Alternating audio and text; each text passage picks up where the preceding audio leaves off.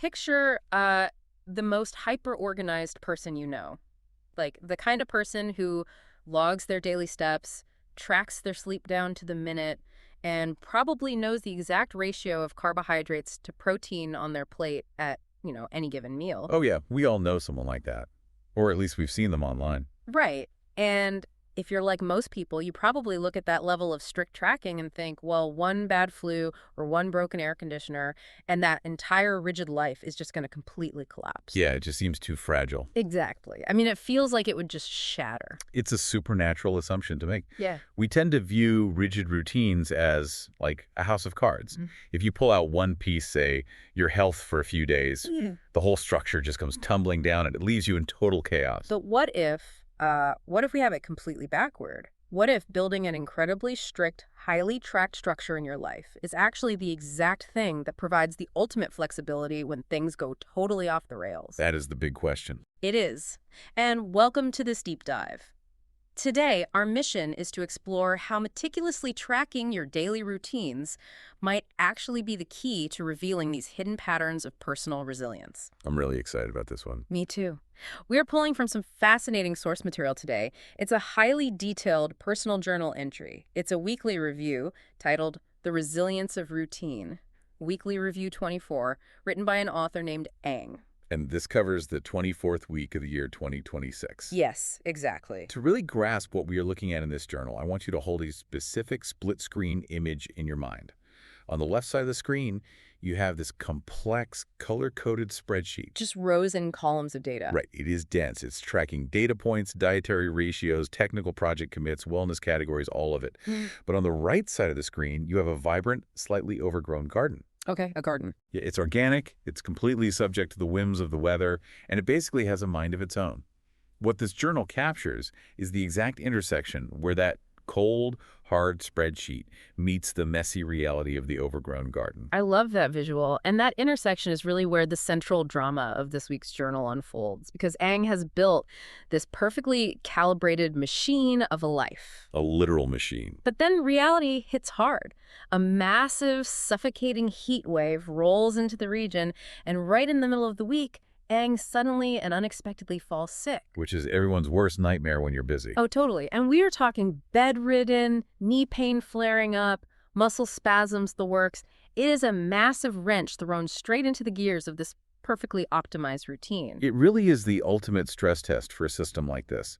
And, to understand the true impact of that wrench, we first need to understand the system itself, the baseline. Right. What they were tracking before things went wrong. Exactly.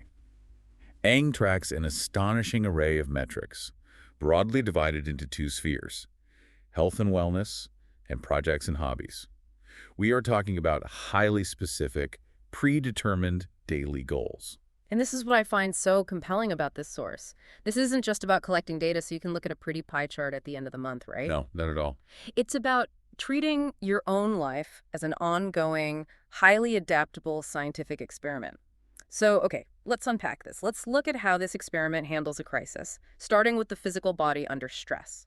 Because sleep is the foundation of everything, right? 100%.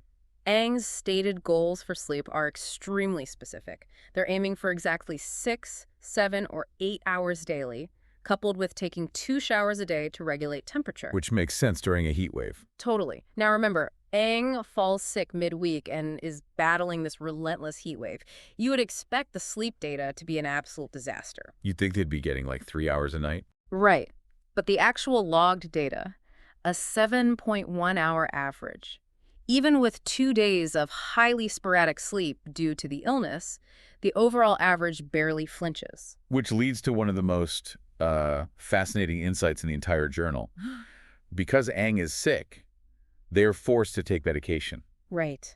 And because of medication, they have to pause their usual nightly sleep supplements. In scientific terms, this is what we call a forced variable.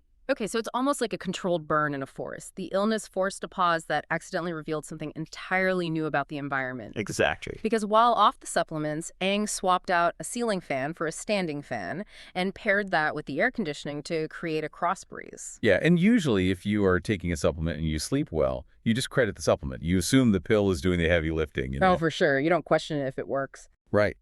But this forced pause removed the pill from the equation entirely. And in that pause, with the new standing fan setup completely changing the air circulation in the room, Ang makes a critical observation. What did they realize? The journal notes this sudden realization. They wondered if their sleep quality had actually been heavily influenced by room temperature and air circulation all this time, rather than the supplements they were actually taking. Oh, wow. That is the hidden power of the data. You isolate a variable you didn't even realize you were testing. Yeah, it's brilliant. You find a literal cheat code for your bedroom's microatmosphere.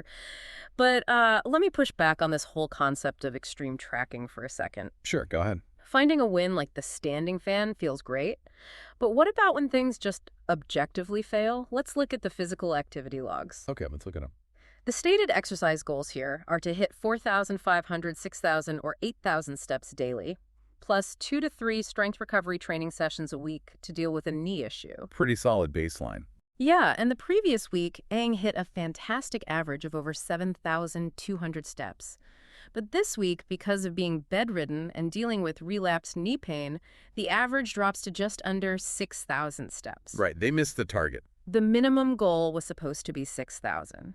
Now, if I'm sick and sweating through a heat wave, the absolute last thing I want to do is open up a spreadsheet to meticulously log that I failed my goals. Doesn't that just add a layer of guilt to an already terrible week? Well, if you are tracking your life purely for validation, yes, it absolutely adds guilt. Right, because you feel like you messed up. Exactly. We are socially conditioned to see any missed target as a failure. But the data here actually acts as an emotional buffer. It prevents that spiral of guilt. Wait, really? How does it prevent guilt? Because Aang doesn't frame this drop in steps as a failure at all. The journal frames it through a concept engineers call graceful degradation. Oh, graceful degradation. I actually love the sound of that. It sounds like something a bridge does during an earthquake. That's a really great way to picture it. Or think of a city's power grid during a massive storm. Okay. Instead of letting the entire system overload and crash into a total blackout, the grid initiates rolling brownouts. It scales back its functions safely just to preserve the core. That makes total sense. That is graceful degradation. Aang notes that the minor walking they could manage, just getting food, running for groceries, doing light gardening chores, was barely enough. But instead of panicking or forcing a workout that would cause further injury. Which so many people do, by the way. All the time. But instead of doing that, Aang uses massage to control the physical inflammation and then consciously, rationally adjusts the baseline goal down to between 5,000 and 6,000 steps for the time being. So the tracking isn't a judge. It's a diagnostic tool that allows for a safe pivot. And it sparks totally new adaptations. Because the strength training was originally about regaining lost muscle around the knee. But since the knee is flaring up, Aang uses this forced downtime to wonder if resuming swimming alongside the strength training would speed up the recovery. Right, adapting to the new reality. It's not, well, I failed my step count, I guess I'm out of shape now. It's, the data shows my knee cannot handle high impact right now. What if we try water resistance instead? Precisely. The data removes the emotional sting of the sickness. You are no longer a victim of your circumstances. You are just a scientist observing a new constraint. A new constraint, I like that. And we see this exact same consistency amidst chaos in the dietary tracking, too. Oh my gosh, the diet tracking is intensely specific. Just to translate some of the shorthand used in the source, Aang follows what looks like a combination of fasting protocols. Yeah, it's pretty complex. The journal mentions a 16-8-5-2 intermittent fasting setup. For anyone not deep in the biohacking weeds, that generally points to combining a daily 16-hour fasting window with an 8-hour eating window. Which is a popular protocol. Very popular. And potentially integrating the 5-2 concept where you eat normally for 5 days and heavily restrict calories for 2. It requires immense discipline to keep that up. Absolutely. And they pair that with a specific visual plate ratio of 211 or 221, meaning 2 parts plants, 1 part protein, and 1 part carbohydrates. That is very precise. It gets more precise. They also track eating to exactly 70% fullness and even have a metric for consuming 2 to 3 sardines per week. I mean, tracking your sardine intake while battling a fever feels borderline obsessive, doesn't it? I mean, it might seem that way from the outside looking in, but look at the tangible results of having that rigorous framework installed before the crisis actually hits. Okay, what were the results? Despite being sick, and despite losing a significant amount of water weight and briefly dropping down to 69.6 kilograms, Eng's overall average weight remained remarkably stable. Really? Even with the illness? Yeah, it stayed right at 70.14 kilograms for the week. The system acted as a complete shock absorber. Wow, it barely fluctuated at all from the week prior. And this is happening while Eng is actively trying to transition from a 2-meal-a-day structure to a 3-meal-a-day structure. Hmm. Usually when people are sick and stressed, dietary transitions just completely fall apart. Oh, I know. I just reach for junk food immediately. Yeah. Or I order takeout because I lack the energy to cook. Right, that's human nature. But the journal notes that the diet ratio stayed surprisingly balanced at 111, sometimes 112 plants to protein to carbs, while entirely avoiding junk food. And I think the secret to why it didn't fall apart is right there in the actual menu Aang relies on. What do you mean? Well, amidst all these clinical numbers and fasting windows, the actual food is just deeply comforting and profoundly simple. Okay, what were they eating? The journal lists a regular rotation of oatmeal, soft-boiled eggs, cooked salads, and miso noodle soup with vegetables. Oh, that sounds amazing, actually. Right. It's the ultimate food as medicine approach. When you feel terrible, you don't need to reinvent the wheel. You just fall back on the comforting baseline you already established. That baseline is crucial. Because surviving a week of physical illness and environmental heat waves without your entire life collapsing requires a mental foundation that is just as strong as the physical one. Oh, definitely. Aang also meticulously tracks meditation habits, 1, 2, or 3-minute sitting sessions, but also walking meditations while running errands or literally just raking leaves in the yard. I love that, integrating the mindfulness into the friction of daily life rather than, escaping to a quiet room. Exactly. And there's a direct quote from the journal summarizing the health and wellness section that I think perfectly captures the payoff of all this tracking. What's the quote? Despite the derailed step counts, the knee pain, and the fever, Aang writes, "Stoic as usual and well-rested. Wow. The physical body was entirely compromised, but the mind remained completely calm." So the physical body is grounded. The usual outlets for physical energy are completely shut down. But a highly optimized active mind doesn't just switch off when the body is sick. It redirects that restless energy, right? Right, it has to go somewhere. Since Aang couldn't walk, the focus shifted entirely to the second major category of the journal, projects and hobbies, the digital world. The energy always has to go somewhere. When the physical sphere shrinks, the mental sphere naturally expands. We see this first in the reading and writing metrics. The goal is 3 written posts daily and 5 to 10 minutes of reading. Did they hit it? Aang notes they are sporadically making progress on fiction, though their nonfiction progress is pretty stalled, specifically a guide on managing the 3 highs. Oh, the 3 highs. That refers to managing blood pressure, blood sugar, and blood lipids. Right. But reading aside, where this restless mental energy really goes to work is in the software development. Oh yeah, the coding logs in this journal are incredibly extensive. It is literally an entire ecosystem of its own. It really is. Aang aims for daily pull request contributions. So, submitting code changes and updates across a vast array of programming languages. Go, Python, Elixir, Erlang, Rust, and Haskell. And just like the health routines had to deal with a literal heat wave, the coding routines encounter their own digital version of a heat wave this week. What happened? Aang decides to upgrade the continuous integration systems to support newer versions of older languages, specifically Elixir 1.20 and Erlang OTP 29. Oh boy. Now, upgrading core software dependencies is basically like taking a new, powerful medication. You introduce it into your body to fix one very specific problem, but suddenly you realize you have a rash on your arm and a weird ringing in your ears. That is exactly how software architecture behaves. It causes cascading breakages everywhere else. You fix the plumbing in the bathroom and suddenly the kitchen sink explodes. Right. In Aang's case, these are older, highly established tech stacks. They usually just run quietly in the background without issue. Right. But by forcing this upgrade, dependencies started breaking all across the system. And those breakages actually provided a spark. Aang noted they had been on a hiatus from writing technical notes because everything had just been working too perfectly. There was nothing to solve. Exactly. The breakages gave Aang a puzzle to dissect and write about again. But what is truly fascinating here is the meta-observation Aang makes while trying to solve that puzzle. Oh, the GitHub thing. Yes. To fix these cascading breakages caused by the Erlang upgrade, Aang has to hop through various different repositories on GitHub, looking for solutions from other developers. Right, trying to see if someone else fixed the same bug. Exactly. Now, in a journal this analytical, you would expect to see a highly technical log about code architecture or server loads.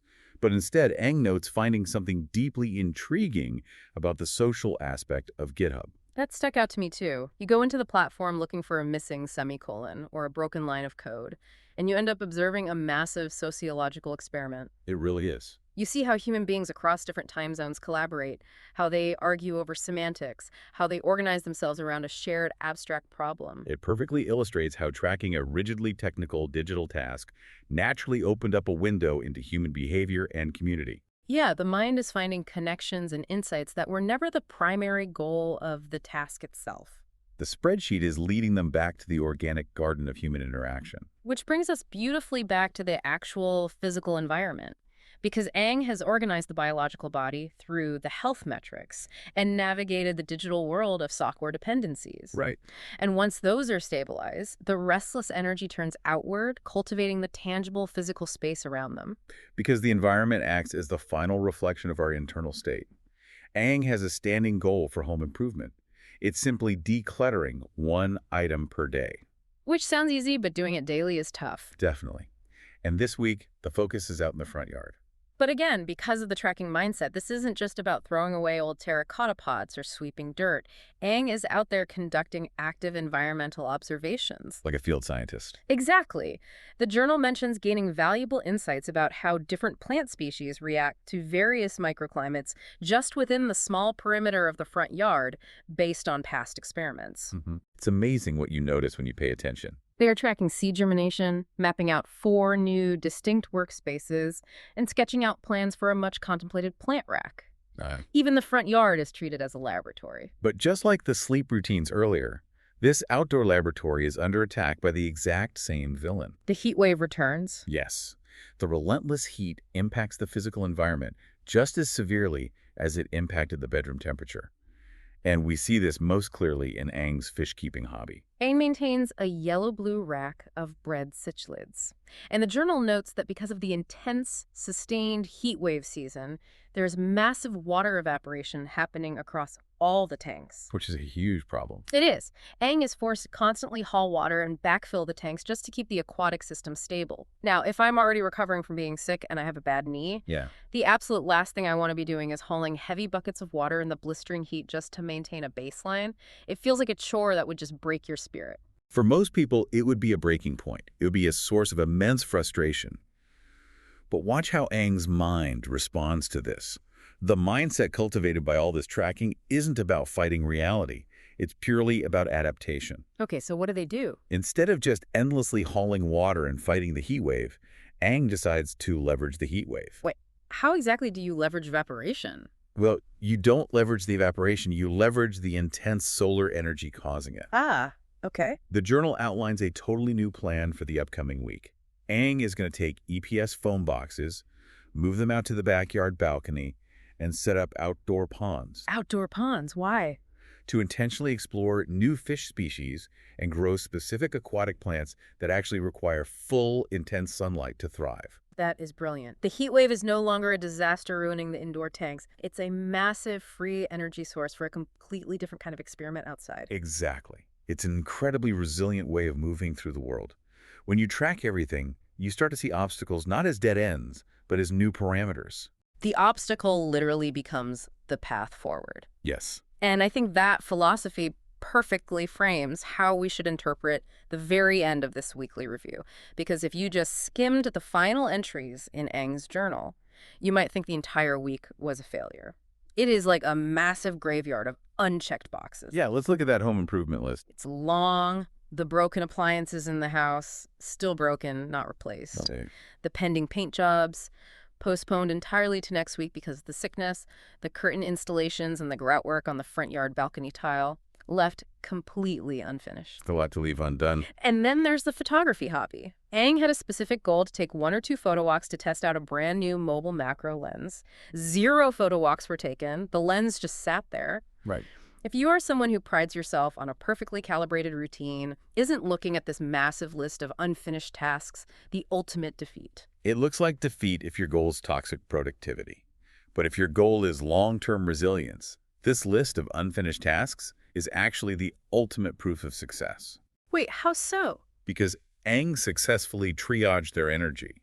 When the illness hit, The priority shifted entirely to the core, Mm-hmm. health recovery. Okay. That meant the graceful degradation of the step count, maintaining the stable diet, and getting the 7 hours of sleep.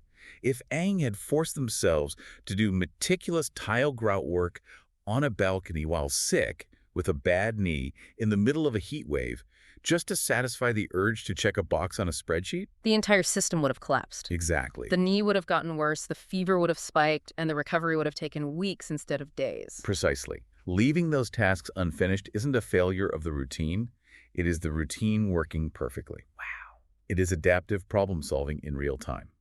It is prioritizing the structural integrity of the whole ecosystem over the ego of a completed to-do list. So what does this all mean for you listening to this right now?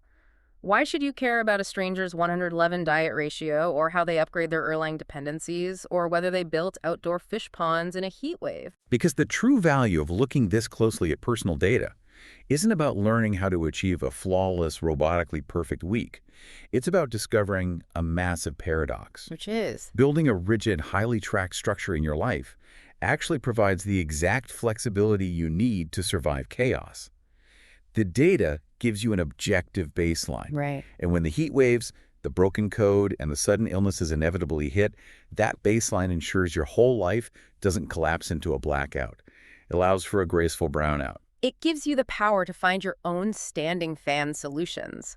When the usual supplements or habits aren't working, having the data helps you realize that maybe it's just the air circulation in the room that needs to change. It lets you pivot your goals without panicking. And fundamentally, it reminds us that true resilience is knowing when to scale back, when to rest, and when to let the broken appliances sit there untouched for another week while you allow yourself to heal. So we want to leave you with a final thought to mull over today.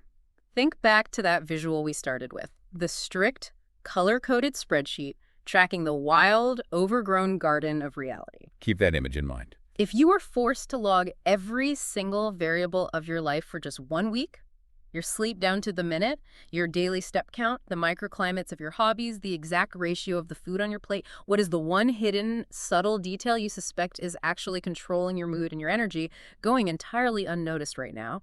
Keep exploring, keep questioning your own baselines, and maybe it's time to start your own weekly review. Thanks for joining us on this deep dive.